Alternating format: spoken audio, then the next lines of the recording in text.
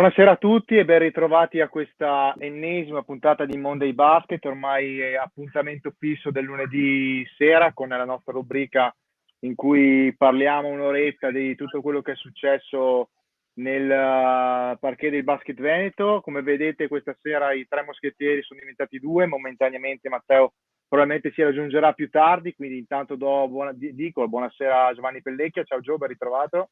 Ciao Gio, ciao a tutti. E poi ho il piacere in questa mia prima conduzione, se vogliamo, con l'ospite, di presentare il mio primo ospite, che ormai è una veterana della nostra trasmissione, ovvero l'allenatrice del Rovigo Basket femminile, Giulia Pegoraro. Ciao Giulia, benvenuta.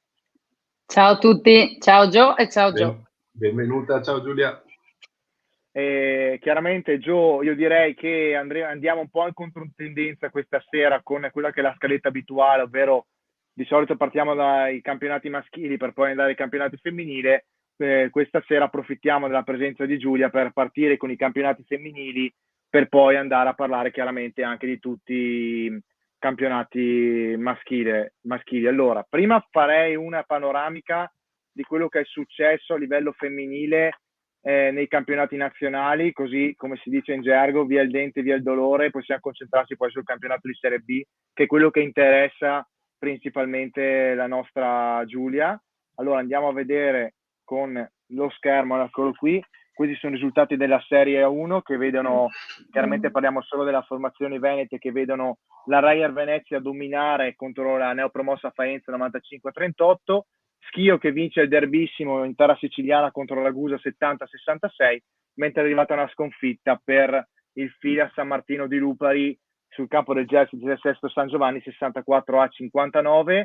Subito farei anche una prima domanda a Giulia, ma anche a te, Gio, perché Venezia, sappiamo, lunedì scorso abbiamo data quasi niente prima la notizia che Venezia Serie 1 femminile aveva esonerato, aveva chiuso i rapporti con il suo allenatore e ha preso Mazzon, quindi volevo avere un vostro parere. Giulia, parto da te. Cosa pensi di questo ritorno in terra veneziana di un allenatore dell'esperienza come di Mazzone, insomma? Ma allora, guarda, io onestamente Mazzon, a parte la sua storia nella maschile, non so dirti cosa e come potrà fare nel femminile. Sicuramente Venezia non è un ambiente semplice e sicuramente prendere una squadra campione d'Italia e traghettarla nella prima esperienza in Eurolega, insomma, sicuramente non ha preso una squadra e una situazione facile. La cosa che credo che sia estremamente positiva è che credo che Mazzon abbia la totale fiducia di tutto l'ambiente e quindi questo sicuramente aiuterà molto lui a inserirsi nel mondo femminile e le ragazze ad accettarlo e seguirlo il prima possibile, perché insomma credo che non abbiano più tanto tempo e occasioni da perdere, ecco. Gio, qualcosa da aggiungere? Vuoi dare un tuo pensiero? Allora, se noi guardiamo le ultime due partite, no, dalla sconfitta con Virtus Bologna alla vittoria di ieri, penso che vallino 100 punti o giù di lì. Io credo che, come diceva Giulia giustamente, tutto l'ambiente abbia messo pressione, però soprattutto anche alle ragazze, alle giocatrici, perché dopo essere campioni d'Italia non potevano permettersi certe figure.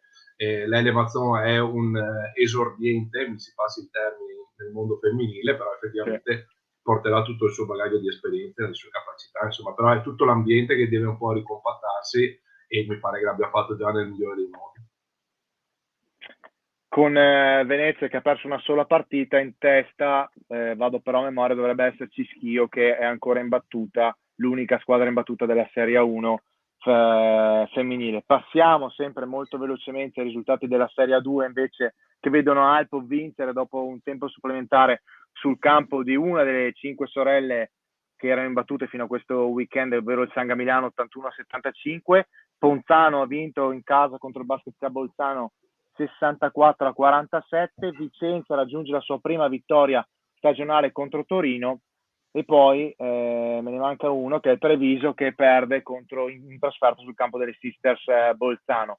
Abbiamo citato Torino, società che purtroppo per Giulia non evoca bei ricordi, perché è stata, diciamo, la società che ha sconfitto proprio Rovigo l'anno scorso nello spareggio di Serie A2, e allora nel passaggio dai campionati nazionali ai campionati regionali, Giulia, vengo da te perché ti chiedo come si riparte dopo comunque l'amarezza, perché l'amarezza, anche se non eravate tra le favorite, se vogliamo, l'anno scorso, come si costruisce comunque una stagione che invece quest'anno, mi permetto di dirlo io, vi vede come protagoniste sicuramente e probabilmente anche come favorite, almeno per quanto riguarda il Veneto. Ma allora, in realtà non te lo so dire come si costruisce una stagione, nel senso che come l'anno scorso eravamo tutte alla prima avventura per quello che stavamo facendo e che abbiamo fatto. Era il mio primo anno in cui allenavo una squadra senior e abbiamo deciso di ripartire sicuramente dal gruppo che è arrivato a giocare il 10 di luglio, nel senso che sarebbe stato folle da parte mia non riconfermare la maggior parte delle ragazze, in primis perché sono tutte giocatrici di livello per la categoria e allo stesso momento, allo stesso luogo, perché comunque si sono conquistate tutto quello che abbiamo fatto l'anno scorso. Abbiamo aggiunto 2 giocatrici che a mio avviso sono assolutamente di qualità, che sono Camilla Bonivento, che voi insomma conoscerete perché è veneziana, ha giocato allo Junior San Marco tanti anni, e Chiara Lussana. Chiara Lussana è una guardia tiratrice che abbiamo preso da Albino, ha giocato diversi anni in A2 tra Albino, Cuscagliari, insomma è una giocatrice sicuramente di livello. Diciamo che abbiamo cercato di sistemare quello che l'anno scorso ci ha un po' penalizzato, cioè il fatto che facevamo un po' fatica a fare canestro. E niente, quindi si parte dal dispiacere, che è stato immenso, si parte dalla voglia di riprovarci. Quello che ho sempre detto alle ragazze è che purtroppo l'anno scorso eravamo la sorpresa, quest'anno la maggior parte delle squadre verranno da noi senza niente da perdere e verranno da noi con la voglia di farci lo sgambetto, di essere la squadra che ci ha battuto, e quindi bisognerà stare molto molto più attente. Sarà molto più difficile ripetersi che fare quello che abbiamo fatto l'anno scorso. Fuori dalla diretta, insomma, sentendoci anche io e Giulia, mi hai mandato un articolo che io ammetto di aver letto molto molto velocemente, che riguarda già la seconda fase, diciamo, del campionato. Chiaramente siamo ancora all'inizio della stagione, ma sono usciti diciamo, il regolamento della seconda fase, correggimi Giulia se sbaglio, ma dove funzionerà che ci saranno 4 raggruppamenti con 4 squadre ciascuna, giusto? Esatto, semifinale e finale. Okay. Andata e ritorno, differenza canestri. Quindi com'era un paio d'anni fa praticamente, un paio d'anni fa. E ci saranno 4 promozioni in Serie A2, come ci saranno Sì, 4 le retrocessioni in Serie B, chiaramente dalla 2 alla Serie A2, dalla esatto. Serie A2 scusate alla Serie B. Vuoi darmi un commento veloce su questa griglia o vuoi sorvolare? Ma il commento veloce è che, allora, la cosa positiva è che passeranno agli spareggi 3 squadre venete, quindi se l'anno scorso siamo passate solo noi a scapito di altre ottime realtà come potevano essere Treviso e come poteva essere Futurosa e Trieste, quest'anno passeranno le prime 3 classificate. Chiaramente i raggruppamenti sono abbastanza tosti, nel senso che tutte le regioni entreranno in questi raggruppamenti, quindi ci saranno anche le squadre lombarde, Lombardia 1, Lombardia 2, Lombardia 3, Emilia Romagna 1, Emilia Romagna 2, Emilia Romagna 3, e poi una serie di spareggianti tra Sicilia, Sardegna, Piemonte.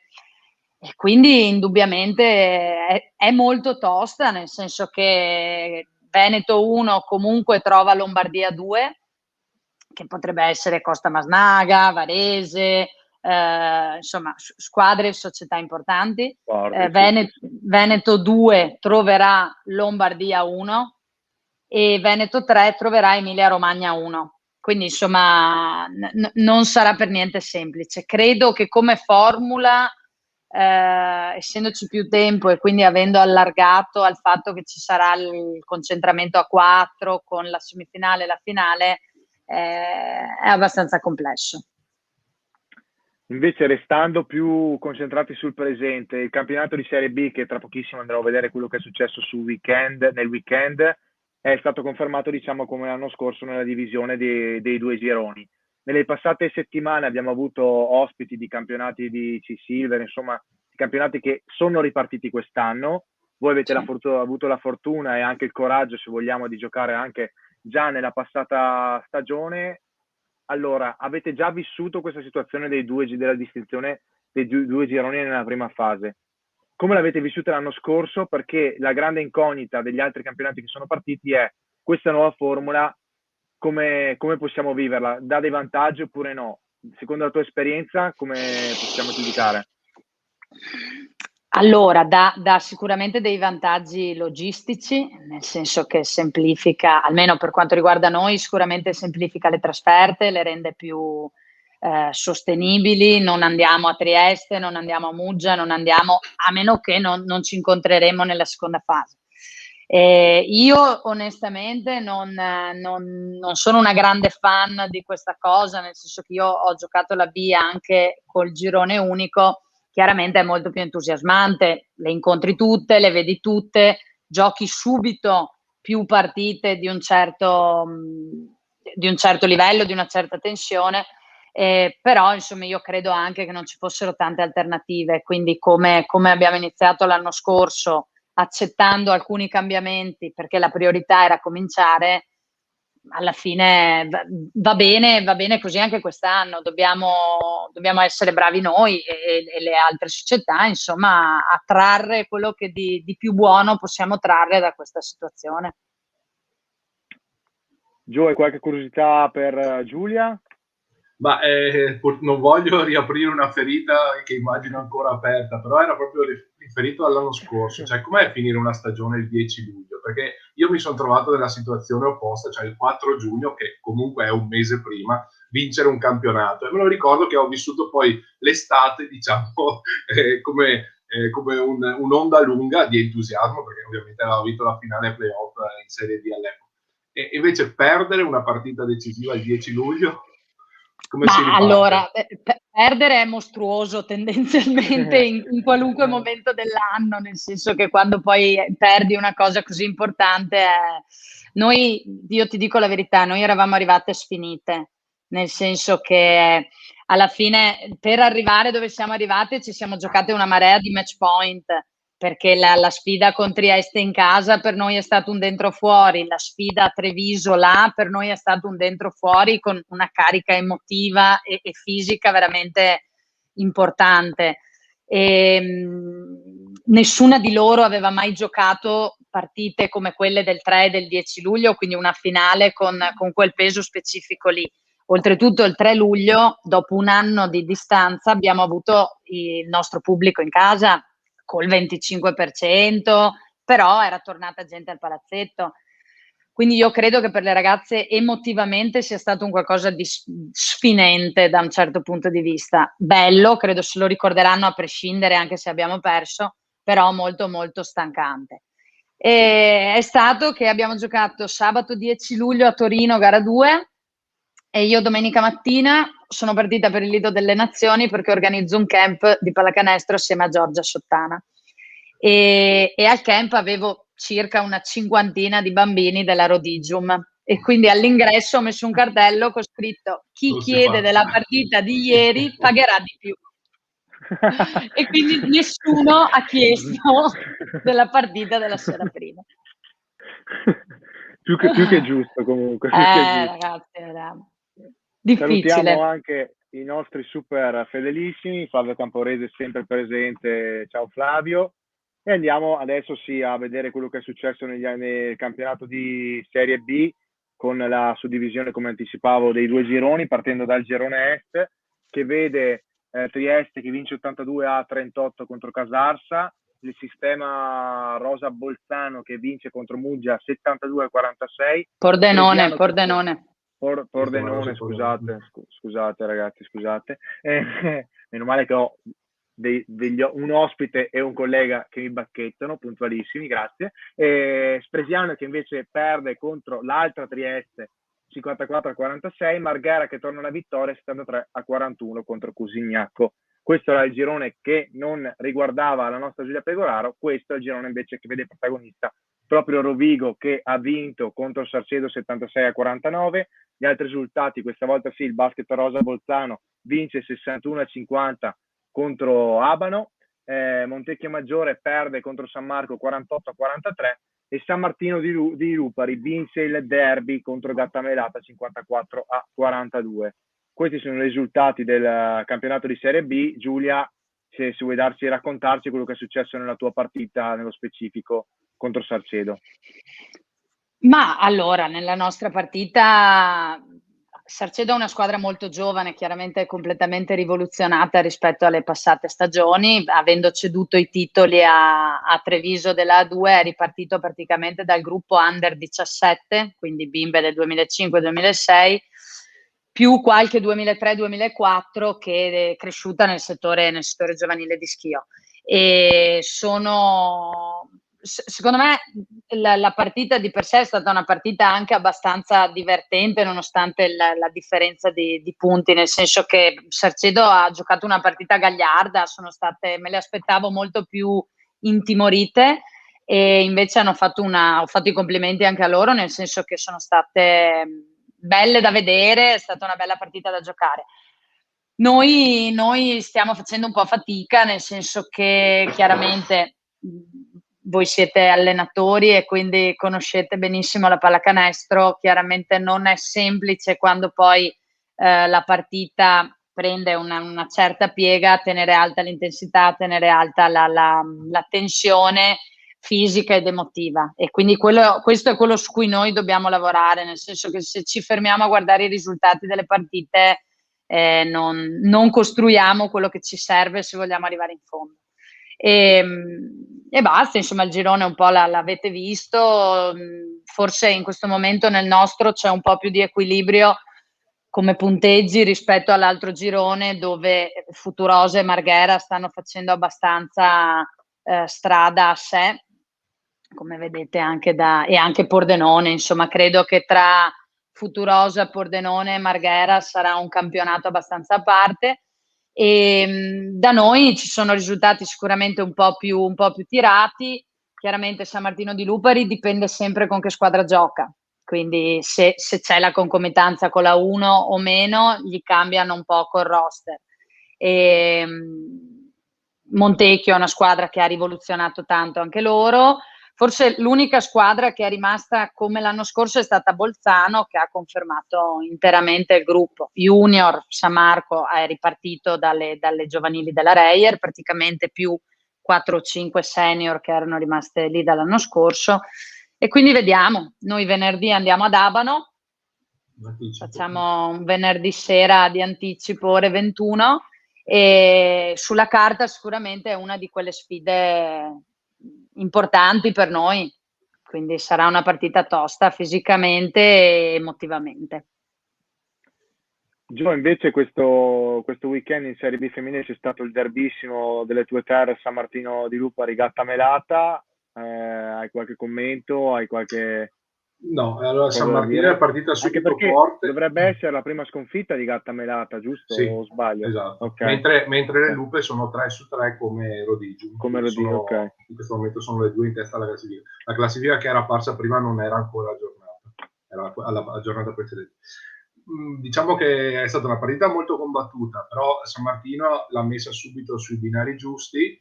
La cosa da rimarcare è che la miglior marcatrice delle giallonere è stata la Arado, penso che si dica, che è una ragazza del 2004 che ha fatto 17 punti.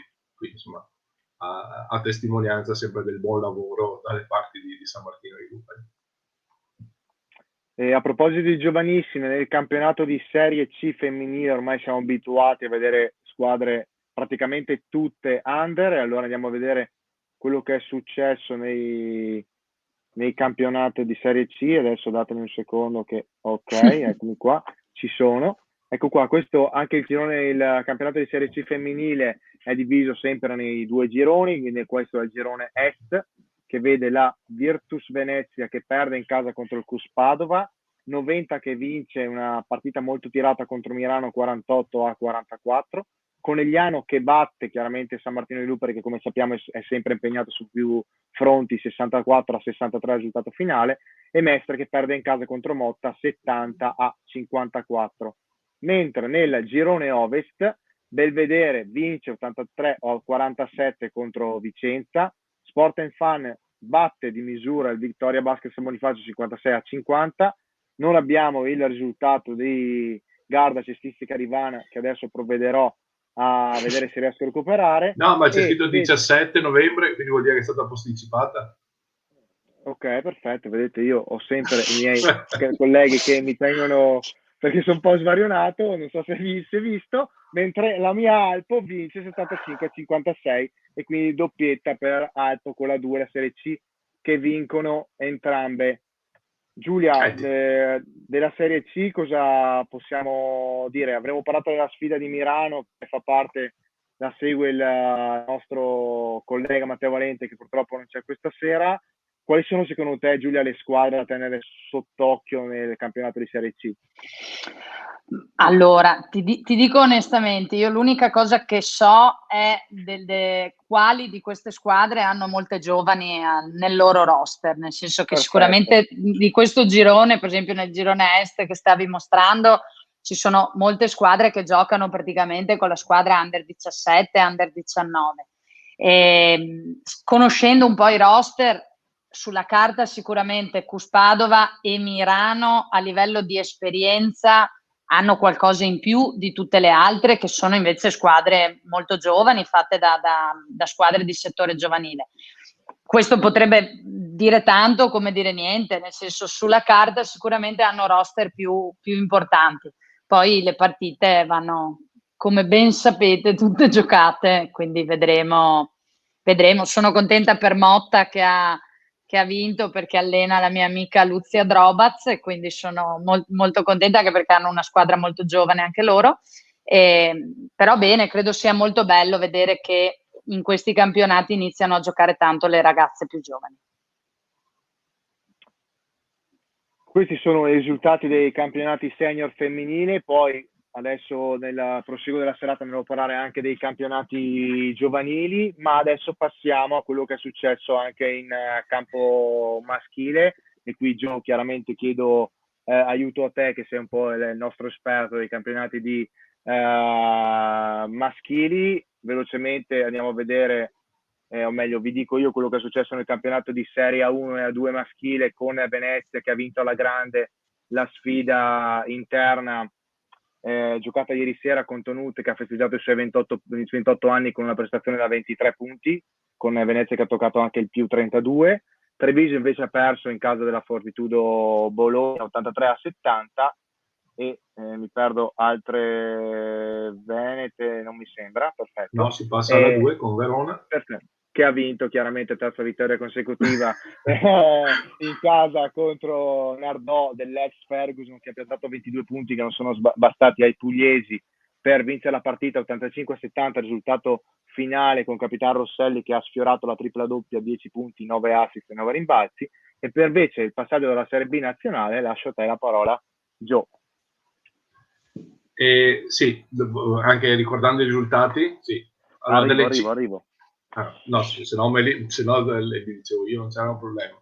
Tu vai intanto che io adesso ti do. Allora, è stata sicuramente una giornata positiva per le 5 formazioni venete del girone della Serie B, diciamo, perché 4 su 5 hanno vinto e l'unica che ha perso è stata la Virtus Padova, che però ha perso il derby con Jesolo, quindi inevitabilmente una delle due doveva perdere.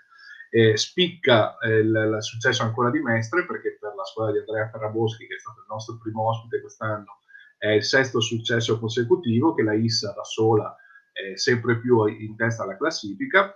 Tra l'altro ha espugnato il campo di Monfalcone, che tradizionalmente non è un campo facile, perentoriamente, diciamo, per 84-69. Seconda vittoria consecutiva anche per Vicenza, che supera in casa 72-66 Lumezzane, mentre colpo importante della Rucker San Vendemiano è andata a vincere in volata, ma al termine di una partita che ha condotto a lungo per 69-68, sul campo di Fiorenzuola, che in questo momento era la vera sorpresa un po' del raggruppamento. Del derby di Padova, al di là che abbiamo visto prima i saluti di Flavio Camporese e so che lui ha presentato anche prima della partita, quindi può essere che ci faccia un commento in tempo reale di quello che ha visto anche lui. Comunque è stata una partita vera, combattuta. Virtus Padova era la seconda partita consecutiva in casa, non è riuscita a dare la continuità che dovrebbe servirle per rialzarsi un po' dal fondo della classifica, perché in questo momento è ultima assieme ad altre 3 squadre, e tra l'altro sabato prossimo andrà a giocare a Bologna una sorta di spareggio tra 2 di queste 4. Da parte di Jesolo invece da segnalare l'ottima prova di Davide Bovo, che si conferma, come è stato premiato poche giornate fa, il pistolero della squadra. Ha fatto 22 punti con 3 su 4 da 3 punti. Tra l'altro per lui era una partita particolarmente sentita, perché se non vado errato, nel 2018-19 aveva giocato a Padova in maglia Virtus, e assieme a lui ottimo supporto di Malvasa con 21 punti. A proposito di questi nomi che hai fatto, Giulia, noi ricordiamo bene lo spareggio proprio che ha vinto Jesolo per andare in Serie B, che è stato giocato a proprio Rovigo. Al di là di tutte le vicissitudini che ci sono state, di cui abbiamo anche parlato in alcune edizioni di Monday Basket, com'è stato comunque ospitare una partita di quel livello, con quel clima sugli spalti, con il ritorno del pubblico e comunque al di là di voi che stavate lottando per la Serie 2 chiaramente femminile, comunque vedere una partita di quel livello anche in campo maschile, ospitare quelle 2 squadre? Ma per noi è stato molto bello, è stato un onore poter dare una mano al Comitato Veneto nell'organizzare questa cosa, perché comunque per noi è importante portare della pallacanestro di alto livello in città, perché più se ne vede, più la gente si appassiona alla pallacanestro, e questo è per noi fondamentale. L'unico peccato, diciamo, è stato quello che nel momento in cui l'hanno giocata c'erano ancora delle grossissime limitazioni delle presenze in palestra, quindi noi non abbiamo potuto magari portare i nostri bambini del mini basket piuttosto che le squadre del settore giovanile, che sicuramente sarebbero stati euforici a poter vedere una partita del genere, anche perché io ero lì, ero dietro le panchine, e è stata veramente adrenalinica, c'era una tensione e è stata fisicamente una partita veramente di un bel livello, quindi si sarebbero divertiti. Quello è stato l'unico peccato, ecco, non poter aprire il palazzetto a 600 persone e riempirlo magari con 70-80 bambini nostri messi negli angoli del campo. Però è stato molto bello. Limitazioni che qualcuno ha tentato di aggirare, ma qui apriremo un altro capitolo. Sì, lasciamo stare, perché è stato un pomeriggio impegnativo. Io c'ero e posso confermare tutto quello che è stato detto. Abbiamo citato la fine della Serie C Gold del passato campionato, allora concentriamoci su quello che è successo invece quest'anno nel campionato di C Gold, con i risultati del weekend che vediamo qui in grafica. La partita Unione Basket Padova-Bassano non è stata rinviata, poi 83-71. Perfetto, Gio poi dovrai parlarci di quello che è successo, per quello che sai. E invece andiamo avanti con i risultati, con Murano che batte Oderzo 79-63, Montebelluna batte Trieste 88-71, Leoncino perde contro il Basket Piani Junior Bolzano 76-63, San Donà perde ancora contro Trieste 75-59, Mirano perde in casa contro Codroico 77-62 e Riese Cestistica Verona non c'è risultato, vi dico io che ha perso la Cestistica Verona, onestamente non mi ricordo il punteggio esatto, però ha perso la formazione veronese. Gio, qui innanzitutto ci sono stati dei risultati a sorpresa secondo te, oppure tutto secondo pronostico? Beh, allora diciamo che la prova di forza di Montebelluna in quel di Trieste è stata importante. Non me ne voglia il mio amico Filippo Rizzi, che è il quarto titolare della formazione di Filippo Osellame, perché dice che io gliela sto un po' tirando, per cui quando legge palla 2 o qualche mio commento subito va ovviamente a toccare ferro. Però io lo dico, lo sostengo dall'inizio, Montebelluna è una squadra forse non così considerata all'inizio nell'allestimento dei roster, e invece intanto è allenata molto bene da Filippo Zellame, che è una persona che stimo particolarmente, e che è stata strutturata con dei giocatori che si incastrano bene tra loro e che può far bene. Loro in questo momento potevano essere un po' l'arbitro della situazione, perché sabato hanno giocato a Trieste, sabato prossimo giocheranno in casa contro l'UBP Padova, e quindi potevano un po' essere l'arbitro della situazione. In realtà questo risultato rilancia Montebelluna, che assieme appunto a Padova è l'unica squadra ancora imbattuta, è indietro in classifica di 2 punti solo perché deve recuperare la prima giornata sul campo di Leoncino, che credo avvenga l'8 dicembre, sia stata fissata in quella data. Per quanto riguarda Padova, ha confermato il suo buon stato di salute, una partita messa subito in ghiaccio, credo che dopo pochi minuti, dopo 12 minuti erano sul 34-15, quindi insomma già ampiamente incanalata. C'è stato un episodio però all'inizio del secondo quarto che da qui in avanti potrebbe un po' condizionare, in base anche a quello che avranno scritto gli arbitri sul referto arbitrale e poi di conseguenza anche alle decisioni del giudice sportivo, perché ci sono state 3 espulsioni, 2 nelle file di casa e una invece della squadra di Bassano. Sinceramente oggi qualche dirigente dell'UBP mi ha rinoltrato, perché in campo non era sembrato molto chiaro, poi oggi mi hanno inoltrato anche un piccolo filmato di 1 minuto e 20, sostanzialmente io l'ho ricostruita così: a seguito di una tripla di Andre House, Maran, giocatore dell'UBP, era andato a rimbalzo e lì c'è stato il giocatore di Bassano, Bamba, che l'ha un po' diciamo spintonato e poi quasi inseguito lungo la riga di fondo. A quel punto è intervenuto dalla panchina, si è alzato dalla panchina anche Eros Chinellato, e quindi gli arbitri, dopo lungo conciliabolo, hanno deciso di espellere tutti e 3. Visto un po' la situazione, sinceramente poteva essere gestita con 2 antisportivi, forse eventualmente. L'unica espulsione a rigor di regolamento corretta è proprio quella di Eros, che si è alzato dalla panchina e quindi gioco forza, insomma, andava espulso. Speriamo solo che, non perché io sia di Padova, ma non è una questione di tifo, speriamo proprio che nel contesto non subentri una squalifica lunga per tutti e 3 i giocatori. Sì, comunque insomma sono sempre scene che vorremmo non vedere sui campi da basket. Io ho visto il video, proprio sembrava che fosse partita una rissa incredibile. Ho deciso insomma di non far vedere il video proprio per non sponsorizzare più delle 4 chiacchiere che facciamo tra di noi l'episodio. Detto questo, passiamo anche ai risultati della C-Silver. Adesso come al solito eccoci qui, che anche qui è diviso da 2 gironi. Il girone est, che ha visto Conegliano vincere contro Feltre nettamente 85-46, Caorle ha perso in casa contro Ormelle 78-68, Cavallino, Litorale Nord, ha vinto 73-69 contro Pieve, e poi Spresiano ha vinto di 1 in casa di Venezia. Nel girone ovest c'è Altavilla che batte San Bonifacio, prima sconfitta per la formazione veronese, 78-64, Roncaglia che perde in casa contro Abano Montegrotto 64-60, Petrarca Padova che perde anch'essa in casa 71-77 contro Resana, e Carré che vince un'altra bella partita contro Salzano 72-65. Qui, Gio, soprattutto in questo girone ovest ci sono stati dei risultati abbastanza importanti in vista del proseguo di questa prima fase, ecco. Sicuramente.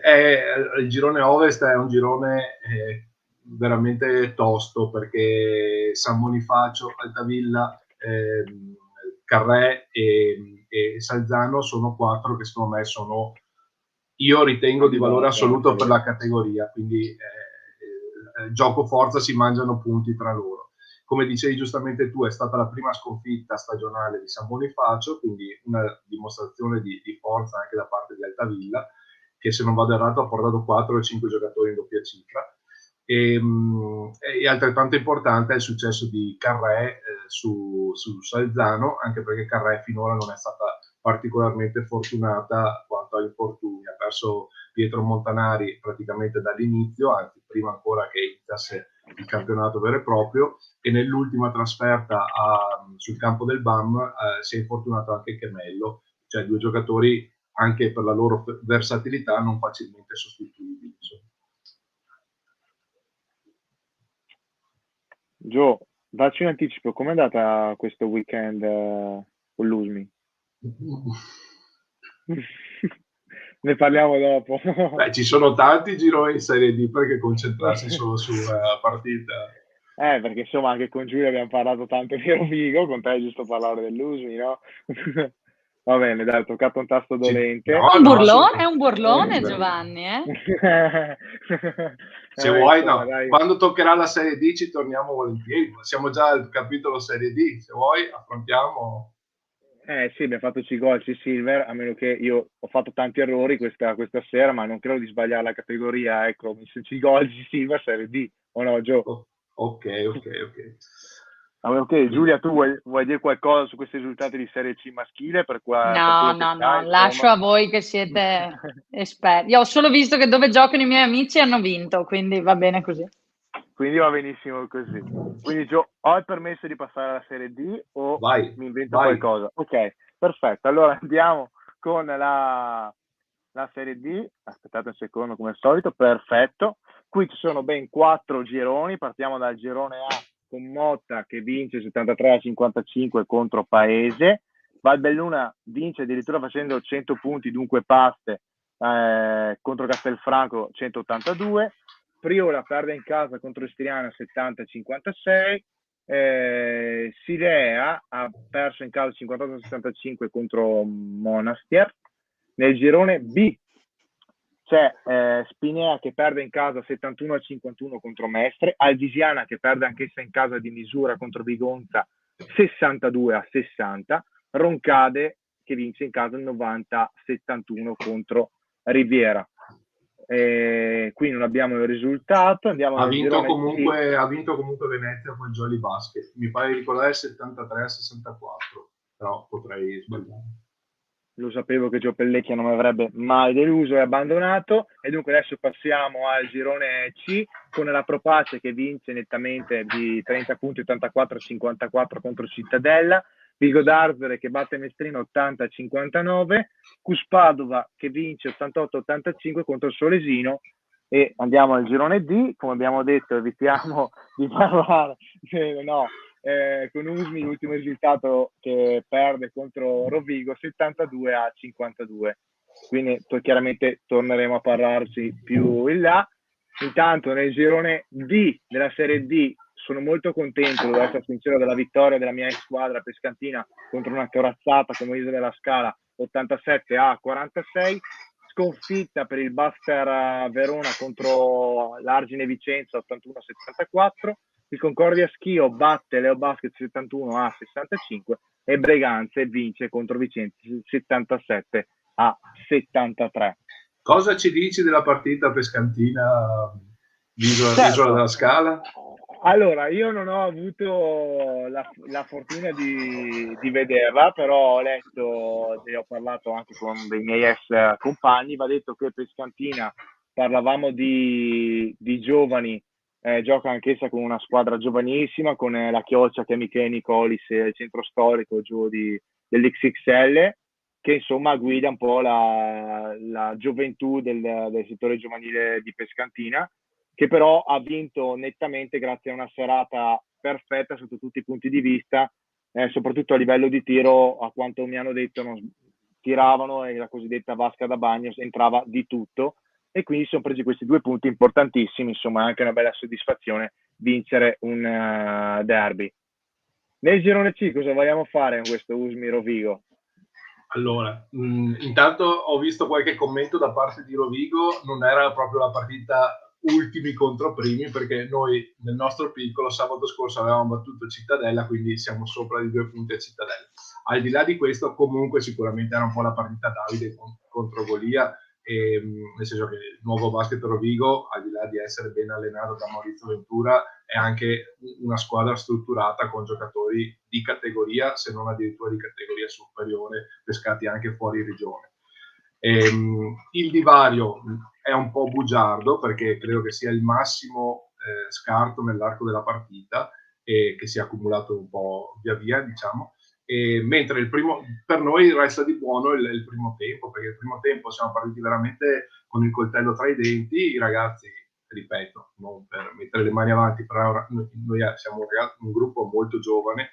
I ragazzi però hanno interpretato bene la partita, siamo stati sopra di 10-11 punti alla fine del primo quarto e ancora all'intervallo di 5-7 punti. Poi è venuta fuori la maggior classe, esperienza e anche un po' in qualche decisione, un po' malizia, diciamo, da parte dei giocatori di Rovigo, ma ci sta. Noi forse potevamo riuscire a prolungare la partita un po' di più, invece poi una volta andati sotto, mi sembra verso il 28esimo, 27esimo di 7-8 punti, non siamo più riusciti a raddrizzarci, quindi un po' alla volta, come goccia cinese, appunto il divario poi si è ripreso, insomma, si è dilatato. Però credo che Rovigo, Solesino e la stessa Cus Padova nel nostro girone siano delle squadre attrezzate per dire la loro fino in fondo. Allora, approfitto del fatto, vabbè, che Gio ha giocato contro Rovigo, noi abbiamo l'allenatrice della Rovigo femminile, per fare una domanda un po' generica, che è una considerazione che mi passa per la testa da diverso tempo. Giulia, volevo chiederti, secondo te il fatto che comunque adesso la Virtus Bologna sia entrata nel femminile, la Rai Arenet ci sia da sempre, girano voci che prossimamente anche l'Olimpia voglia investire nel basket femminile, quanto può essere d'aiuto e quanto può dare un maggiore impatto al basket femminile che comunque, seppur a rilento, molto piano, purtroppo sta iniziando anche a crescere, se vogliamo, già adesso. Allora, questa è tosta, questa è no, tosta. no, è tosta nel senso che allora, sono assolutamente favorevole a questa cosa, nel senso che sappiamo tutti benissimo che trovare soldi, trovare sponsor, trovare qualcuno che investa nella pallacanestro femminile non è assolutamente semplice, quindi chiaramente inglobarlo in un investimento, in una sorta di polisportiva, in una sorta di maschile e femminile diventa sicuramente più semplice. Non credo che in ottica di visibilità di per sé possa cambiare chissà quanto, nel senso che se un tifoso vuole continuare a vedere la pallacanestro maschile, rimane a vedere la pallacanestro maschile e non va a vedere il femminile. L'unica cosa che spero è che questa cosa chiaramente non vada a danneggiare le società che poi questa cosa non la possono fare. Cioè, vado adesso sicuramente Milano ha delle società di A2 su cui poter investire, però è chiaro che poi magari realtà che hanno fatto la stessa Schio ha fatto la storia della pallacanestro femminile, però non ha un fratello maschile vicino. È chiaro che è una società che non ha problematiche economiche, però se poi si dovesse entrare in questo meccanismo, la mia speranza, ecco, è che riescano a sopravvivere anche quelle società che non hanno questa possibilità, ecco, solo quello. Sul fatto che l'investimento del maschile sul femminile sia una cosa utile, insomma, lo vedete, l'abbiamo visto tutti. Sassari gioca la FIBA Cup, la Virtus gioca la FIBA Cup, quindi è chiaro che riuscire anche ad andare a giocare in Europa con più squadre ci permette di valorizzare senza dubbio le atlete italiane e la pallacanestro femminile. A proposito di valorizzare, abbiamo fatto chiaramente la classica panoramica di tutto quello che è successo nei campionati di senior della regione Veneto. Facciamo una parentesi anche sui campionati giovanili, partendo anche in questo caso, facendo anche uno strappo alla regola, perché ammettiamo che non li abbiamo mai realmente visionati, allora ho pensato che questa fosse l'occasione giusta per parlare ulteriormente del basket femminile, con i campionati elite che adesso arrivano come sempre, eccoci qua, con un attimo che c'è il mouse che mi è andato perfetto, con guarda che bella partita che abbiamo fatto a Venezia. ne parleremo qui invece La seconda giornata si giocherà il 16 novembre, invece nella prima giornata del girone A del campionato Under 19 femminile Elite abbiamo solo il risultato che è Motta, che ha vinto 64-47 contro San Marco, mentre l'altra partita della prima giornata si giocherà il 22 novembre, e questa volta ho fatto giusto e siamo tutti contenti. E adesso nel girone B, invece, che è quello che riguarda proprio la nostra Giulia Pegoraro, chiaramente un impegno, va detto, un po' proibitivo comunque nella prima giornata, la sconfitta 104-33 contro una corazzata come la Reyer Venezia. Gli altri risultati sono Mirano, che ha vinto di misura 38-35 contro l'altra Venezia, e 90 che invece sconfigge 59-56 Marghera. Nel girone C invece, tornando sempre alla prima giornata, San Martino di Lupari vince 86-35 contro Garda, Vittoria Basket batte 95-66 Vicenza. Questi risultati non sono proprio, diciamo, anche freschissimi, avete visto comunque le date, però volevamo dare una visibilità anche ai campionati giovanili femminili. E Giulia, cosa ci puoi dire al di là del risultato di questa Under 19 femminile Elite? Insomma, chiaramente le aspettative credono sia far crescere le giovani, perché sono per questi i campionati giovanili. Ma un po' raccontaci un po' questo campionato, insomma. Ma allora, in realtà si vede anche dai risultati che hai mostrato tu. Chiaramente questa si chiama Under 19 Elite, in realtà perché non c'erano sufficienti squadre per fare l'Elite e il regionale, quindi lo vediamo bene dai risultati, che ci saranno indubbiamente 3 squadre che faranno molto probabilmente un campionato a parte, che saranno Venezia, San Martino e probabilmente anche San Bonifacio. E questo è dato dal fatto che sicuramente hanno delle bimbe in questo momento più pronte delle altre, dal fatto che sono tutte ragazzine che comunque quantomeno quelle di San Martino e quelle di Venezia giocano in A2, giocavano in A2 quelle di San Martino, comunque fanno parte del gruppo della 1, insomma sono sicuramente abituate a un altro tipo di livello.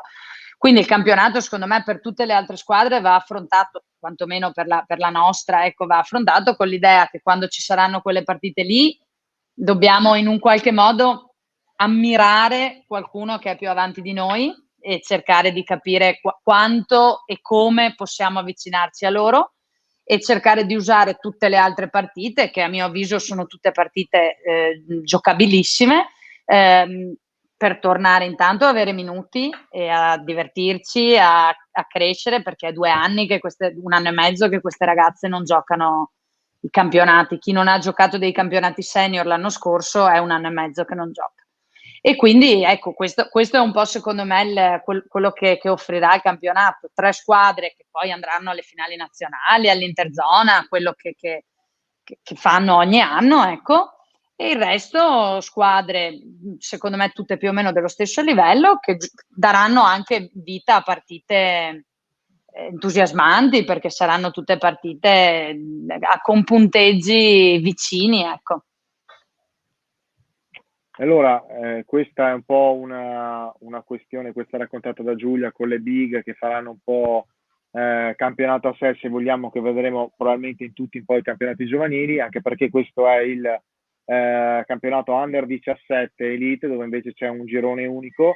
Come detto, le 3 big, che sono Schio, che ha battuto Vicenza 58-45, Venezia, che ha battuto proprio Alpo 73-36, e mentre San Martino Lupari, che ha battuto l'altra veronese Vittoria Basket San Bonifacio 64-46. Anche qui questi sono i risultati della prima giornata. La seconda giornata si giocherà nei prossimi giorni, perché ricordiamo che comunque i campionati giovanili si giocano durante l'infrasettimanale. Passiamo anche velocemente all'Under 15 Elite, se me lo prende, che sono 3 gironi, eccoci qui, qui ci sono giocate 3 giornate addirittura, con Venezia Fenice però che ha battuto 49-39 la pallacanestro Carmini, che ha perso contro la Venezia 106-23, Mirano che ha battuto Padova 53-36 nel girone A. Nel girone B invece vediamo i risultati della seconda giornata, con la nuova pallacanestro Treviso che ha vinto 63-54 contro Conegliano, Motta che ha vinto 65-34 contro Ponzano, e San Martino di Lupari che anche qui vince 72-31 contro Oderzo. Adesso torniamo giù sul girone C, che vede Montecchio Maggiore vincere contro il Terman Basket Abano 61-36, l'Arcobaleno che batte 68-26 Bassano, e Schio che vince anche qui un altro derby vicentino 128-14 contro Vicenza. Come detto, i risultati di questi campionati sono caratterizzati principalmente dalle tre grandi della basket femminile veneto, che sono Schio, San Martino di Lupari e la Reyer Venezia, che hanno sempre come obiettivo quello di raggiungere almeno le finali nazionali per poi insomma giocarsela, diciamo, passatemi il termine, con tutto rispetto per le altre società, con squadre che sono proprio alla loro altezza a livello di talenti, perché come detto purtroppo non si è riusciti a fare un campionato gold per diciamo le big di queste categorie, quindi diciamo c'è questa disparità che però insomma va tutta per l'esperienza delle altre società, ecco, vediamola così. Passiamo sì, anche a quello che è successo. Giovanile, scusa se intervengo. Prego. A livello giovanile va detto che tu dicevi giustamente sono risultati un po' datati, è vero anche che i campionati giovanili in quest'anno giocano di fatto ogni 15 giorni, quindi molte società sia nel maschile che nel femminile magari si sono attrezzate per fare il doppio campionato, e quindi appunto un campionato senior diciamo alla portata chi magari non ha già le ragazze che giocano nel femminile, e comunque io credo che magari realtà consolidate che appunto ambiscono alle finali nazionali sia nel maschile che nel femminile magari poi hanno anche altri impegni, cioè tornei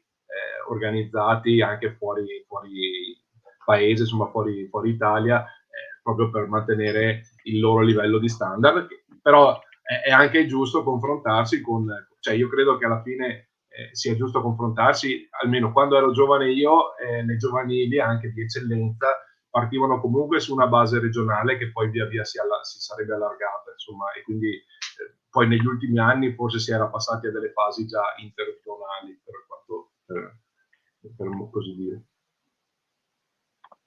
Giusta precisazione. Perché ho una certa età più che altro, quindi. Ho visto gli excursus, vabbè.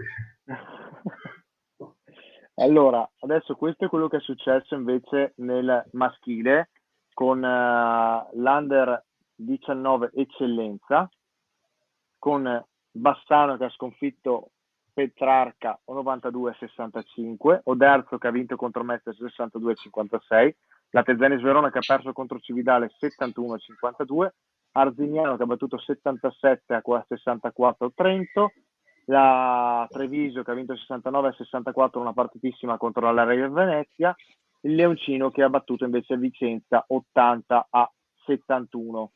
Andiamo avanti con i risultati giovanili maschili, con l'Under 17 Eccellenza che ha invece due gironi, che vede il girone Est, che è la terza giornata, che vedrà San Benedettino e Venezia giocare nei prossimi giorni come Petrarca, Padova e il Leoncino giocare stanno giocando adesso San Benedettino e Venezia, mentre domani si giocherà Venezia-Leoncino. Oderzo nel frattempo ha perso contro Treviso 76-38 e Mestre ha battuto Vigo d'Arzere 90-60.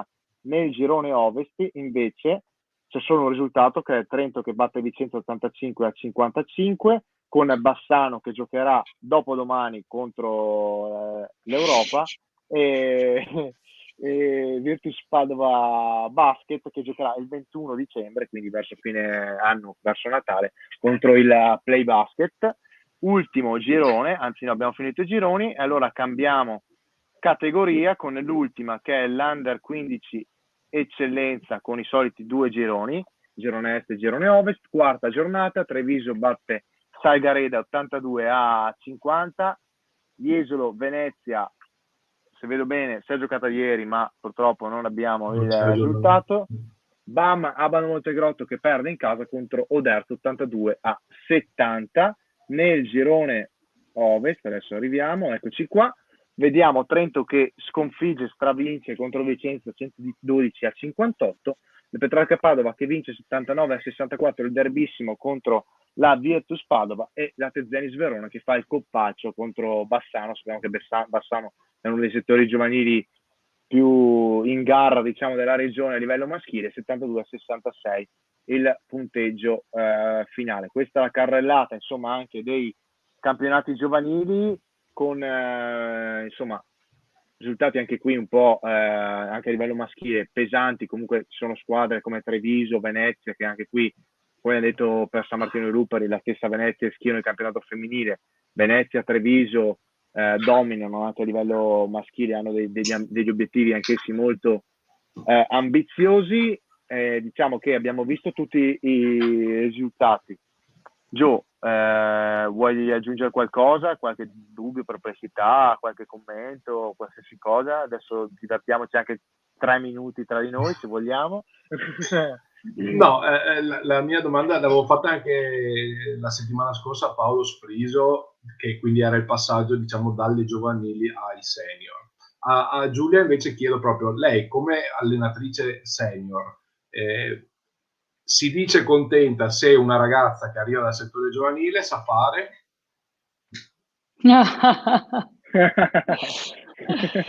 E io personalmente mi dico contenta se una ragazza del settore giovanile ha l'intensità e l'atteggiamento giusto. Molto diplomatica come risposta. No, perché l'ho sempre detto anche alle bimbe. Io prima di prendere la Serie B allenavo tutto il settore giovanile della Rodigium. Sì. Io credo, soprattutto nella pallacanestro femminile, che atteggiamento e intensità per una bimba possano fare veramente la differenza. Magari nel maschile poi entra in gioco l'atletismo, la fisicità, che sicuramente sono molto più importanti nel settore maschile. Nel settore femminile io credo che la fame, l'ambizione, l'intensità, l'atteggiamento siano veramente una cosa che ti può già far essere una giocatrice di ottima categoria. E quindi se dal nostro settore giovanile escono delle atlete intense e con un atteggiamento affamato, secondo me per un allenatore che allena una squadra senior è già tanta roba. Io approfitto per fare una parentesi per dire che mercoledì sera io e Giulia ci incontreremo in un amichevole, in un derby internos tra Alpo e Rovigo, chiaramente in un amichevole, comunque dove Rovigo cercherà di confermare comunque quello che di buono ha fatto fino adesso nel campionato di Serie B contro una squadra che comunque negli ultimi anni come Alpo è stata tra l'elite del basket femminile nella categoria di Serie A2. Con questa chicca, questa curiosità che vi ho regalato, devi dirci ora e luogo però a questo punto, perché se qualcuno è interessato ore 19 Belladelli Forum dove non lo so, neanch'io lo so, io dico Belladelli Forum di Villafranca, ma non ne sono così sicuro, insomma, credo che si giocherà lì. Facciamo che daremo aggiornamenti nei prossimi giorni. Nei social.